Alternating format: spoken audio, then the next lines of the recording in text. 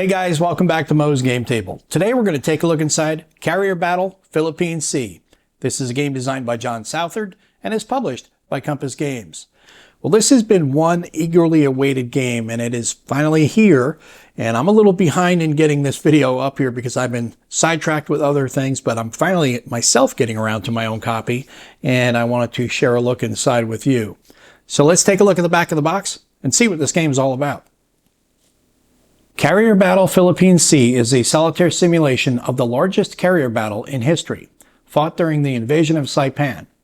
As the U.S. commander, you maneuver your task forces and conduct air searches in a tension-packed contest to find the Japanese carriers before they locate and attack yours. Simple game mechanics control Japanese movement and determine the timing and strengths of their attacks. You will not know that a Japanese airstrike is headed your way until it is detected by radar and you scramble your fighters to intercept. The game has a total of 9 scenarios. 5 learning scenarios take you through the rules by programmed instruction using slices of the real battle. The other 4 are full-scale, fully replayable games. These include a 1-day scenario for the crucial first day of the battle, a 2-day scenario for the whole battle, a hypothetical scenario presuming different U.S. plans, and a hypothetical scenario in which Midway was never fought and the Japanese come armed with the full Pearl Harbor striking force. You can see an example of the map and the counters up here, as well as one of the charts. And for components, we get one 22 by 34 inch map, 3 counter sheets, 1 butai display, 1 game turn flowchart, 1 air raid flowchart, 1 Japanese movement priorities card, 4 charts and tables cards, 1 rulebook, 1 playbook, and a 10-sided die. It is rated medium to high complexity. Time scale is 1 turn equals 80 minutes. Map scale is 1 hex equals 33 nautical miles. Unit scale, each unit is a single ship, group of ships, or aircraft. It is for 1 player because it's solitaire, which is also why the suitability for solitaire is very high. The average playtime is 1 to 6 hours, and it is recommended for ages 14 and up. So let's take a look inside and see what we get.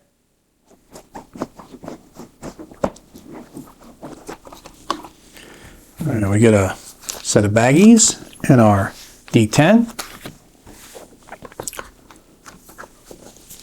Big hefty rule book. Playbook. Whole bunch of player aids.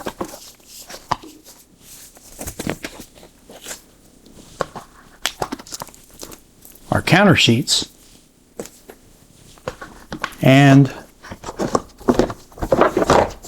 the mounted map. So let's set up the map and take a closer look at the game. And here's a look at the mounted map that comes with the game. It may seem a little confusing at first, but it makes total sense when you think about it.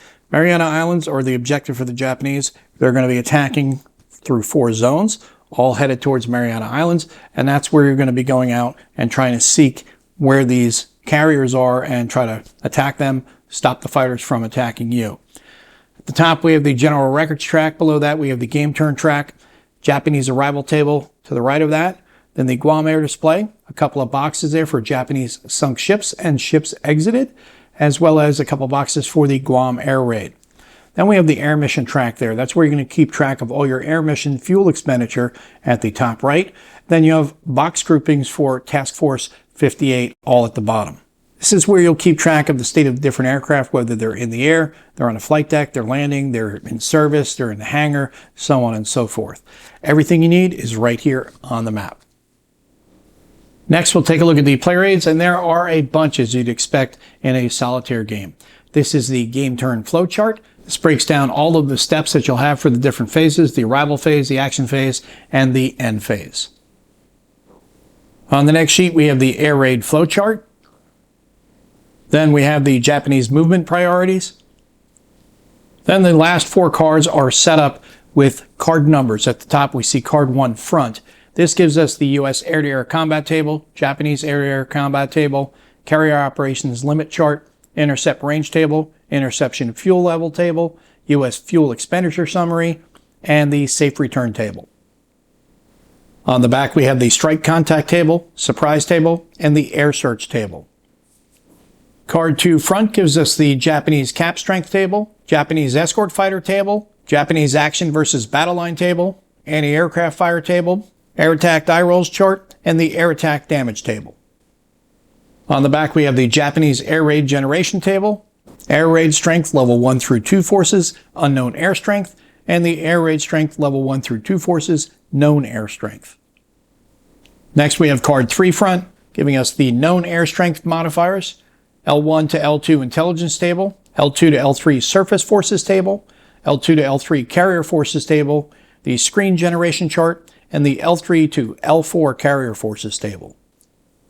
Then on the back we have the air raid strength level 3 through 4 forces, and the Guam air value, air raid strength reduction chart, and the commitment values, and the L1 commitment value charts.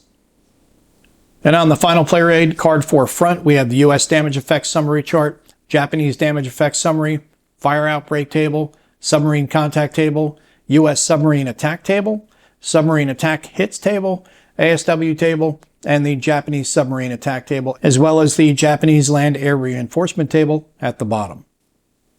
And we close it all out on the back with the surface combat fire table. And the final fold out is the Japanese butai display. This is where you're going to keep track of all of the Japanese forces in the game. Now we'll take a look at the counter sheets that come with the game. There are 3 of them. On this first sheet, we have the Japanese naval forces, as well as all the administrative counters for tracking the different aircraft groups that'll be in use during the game. On the next sheet, we have the U.S. forces. Similar to the Japanese forces, you'll see both naval and aircraft, heavy on the aircraft because you'll be controlling the fighters that'll be going up doing different missions throughout the game. Then on the final sheet, we close out with the remainder of the administrative counters for use in the game. Next, we'll take a look at the rules. This is a 59-page full-color rulebook. On the inside of the front cover, we have the table of contents listing out all the rules and their associated case numbers. Start off with the introduction, game overview, and basic concepts, and then how to learn the game. This game is going to use a program learning approach, so you'll see as we go along what I'm talking about. Game equipment, it's going to explain to you how to read the maps, the charts, the counters. The counters are all broken down and explained to you here. Then we get to the sequence of play on page 6, sequence outline, and then we start off with the U.S. air missions on page 8. How to use the air mission displays, the airstrike missions, intercept missions, and then you'll notice throughout the book you're going to see these design notes that are going to be sprinkled in. This is going to be John explaining what he's modeling in each of these different sections. And we have air mission movement, air-to-air combat, and then we get stopped here on page 12. And this is when you can play scenario 1. Play that a couple times, and then you can come back and pick up where you left off and move on to the next segment of learning. Air-sea combat, anti-aircraft fire, Japanese cap, surprise, air-to-ship attacks, Japanese air raid attack procedure, and then we get stopped here on page 16 to play scenario 2. We come back, pick back up on page 17 with task groups and carrier operations. And then we get stopped on page 20, so you can play scenario 3, and you're also going to have dusk, night recovery, and illumination. Then you play scenario 3, come back, and you'll pick up with Japanese forces, Japanese force movement, intelligence levels,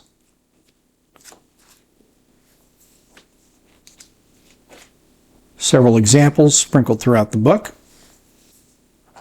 Level 4 carrier forces, double forces, which is an optional rule, detection, air search missions,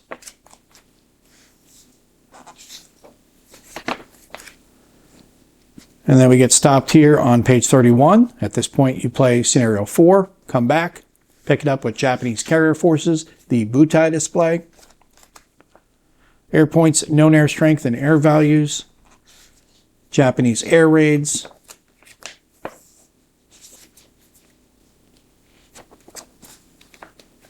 raid placement and movement, and then we get stopped here for where you go and play scenario 5. Then you come back, you have the Japanese land-based air, damage, fire, and crippled ships, Japanese carrier damage, crippled ships, surface ship damage, submarines,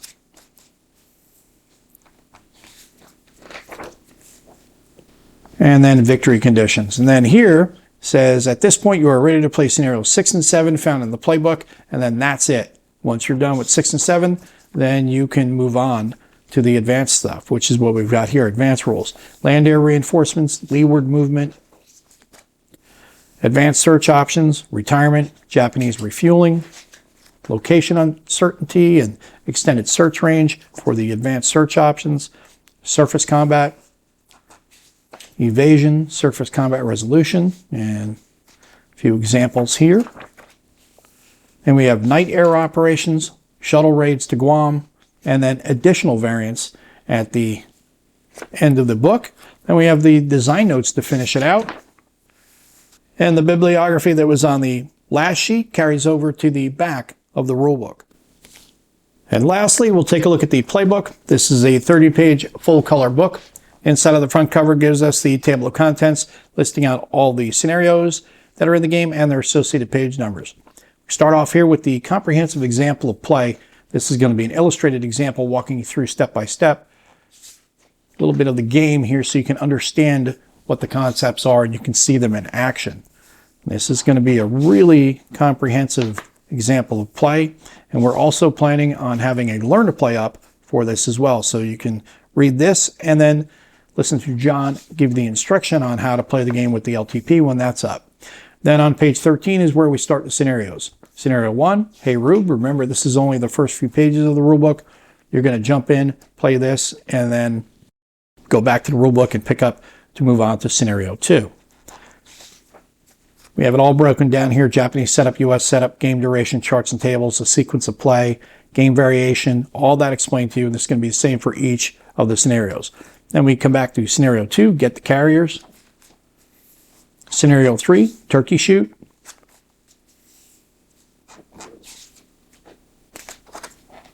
Scenario 4, enemy fleet sighted. And we have scenario 5, the Battle of 20 June. Scenario 6, the Battle of 19 June. Scenario 7, the Burke-Thack Plan. Scenario 8, Battle of the Philippine Sea. And then Scenario 9, the Great Carrier Battle of the Pacific. And then we're at the back of the playbook. And that is a look at everything you get inside of Carrier Battle, Philippine Sea. This is a game designed by John Southard and is published by Compass Games. Well, as I said at the beginning, this is a game that has been eagerly awaited for a long time, and it is now here. I'm a little behind on getting this video up because I've been really busy with a bunch of things, so I apologize. But looking forward to checking this one out. It has got a lot of depth to it. As you can see from the rules, you're going to be broken down in that program learning to get you going. But you don't have to worry about reading the rule book from cover to cover. You just read a few pages, then you play one scenario, read a few more pages, get to the next one, so on and so forth until you digested it all. John and I also plan to do a learn to play for this to help bolster what's in the rule book and the comprehensive example of play that's in the playbook.